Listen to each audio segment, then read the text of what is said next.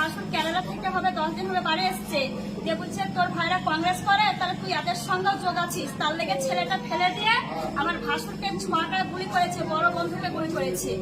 রফিকের party, Rafiq করে তৃণমূল, আর আমার ভাসুরা করে কংগ্রেস। ভাসুরের নাম কি? ফুলচাঁদ শেখ। গুলি কজনকে করেছে? আহত কজন? আহত মাথা ফাটি দিয়েছে একজনকে, আর গুলি করেছে একজনকে। আর বাড়িতে অনেকগুলোকে মাথা ফাটি দিয়েছে, কিন্তু তারা গাড়ি বাগরে আসতে পারে না। কজনকে মেরেছে মোট? মোট 12 জনকে মেরেছে।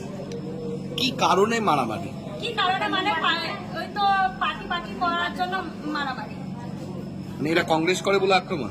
মানে আমরা কংগ্রেস করি আর ওরা তৃণমূল করে, তার জন্য মেরেছে। এনার কি নাম? যে আহত হয়েছে কি নাম? ফুলচাঁদ শেখ। আর কে আহত হয়েছে? আর সয়লার শেখ। সে কোথায় আছে? সে ফরকি নামের হসপিটালে আছে। আর যারা মাথা ফেটেছে এই হয়েছে তারা বাড়িতে আছে। তাজুল্লাহ শেখ, সফুল্লাহ শেখ, তারপরে অনেক পানি ইসরাইল। এরা আহত অবস্থায় বাড়িতে আছে? হ্যাঁ, তারা আহত বাড়িতে আছে। বাড়িতে কি হামলা চালানো হয়েছিল? বাড়িতে ফার্স্টে লাঠি নিয়ে গিয়েছিল মারামারি করতে। আমরা মারবো না, তাই বলে আমরা বাড়ি চলে এসেছিলাম। আর মানে আমার স্বামীরা, আমার ভাসুরা বাইরে ছিল, বলছে তোরা আছিস, তার লেগে ছেলেটা ফেলে দিয়ে আমার স্বামীটাকে গুলি করেছে, আমার ভাসুরকে গুলি করেছে। আপনার নাম কি? আমার নাম বাহারুন্নিসা খাতুন। আচ্ছা, কে আর কারা মেরেছে সেটা একটু বলুন তো, নামগুলো। রফিকের জামাই,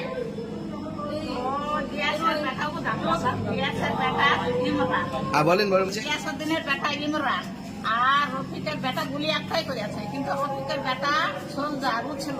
তারপরে সাইরুদ্দিন বেটা ছিল, ওই কাজু সে ছিল। তারপরে ওই সাইফুল ছিল, রবের বেটা সাইফুল ছিল।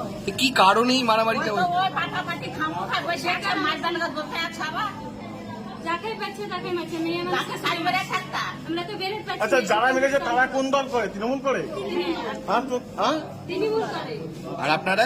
আমরা তো এবার আপনার নাম? আপনার আমার নাম হ্যাঁ, বলবো এর থেকে দুঃখজনক ঘটনা আর কিছু হয় যে আজকে কংগ্রেস করতে গিয়ে গুলি খেয়ে মরতে হচ্ছে প্রশাসন উদাসীন।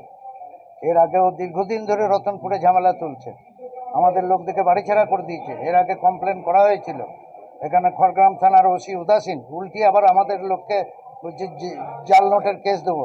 সেটা এসডিপিও সাহেবকে কমপ্লেন করলাম, তখন ওটা ঠিক হলো, নাহলে লোকাল থানা ওকে জাল নোটের কেসে দিচ্ছিল।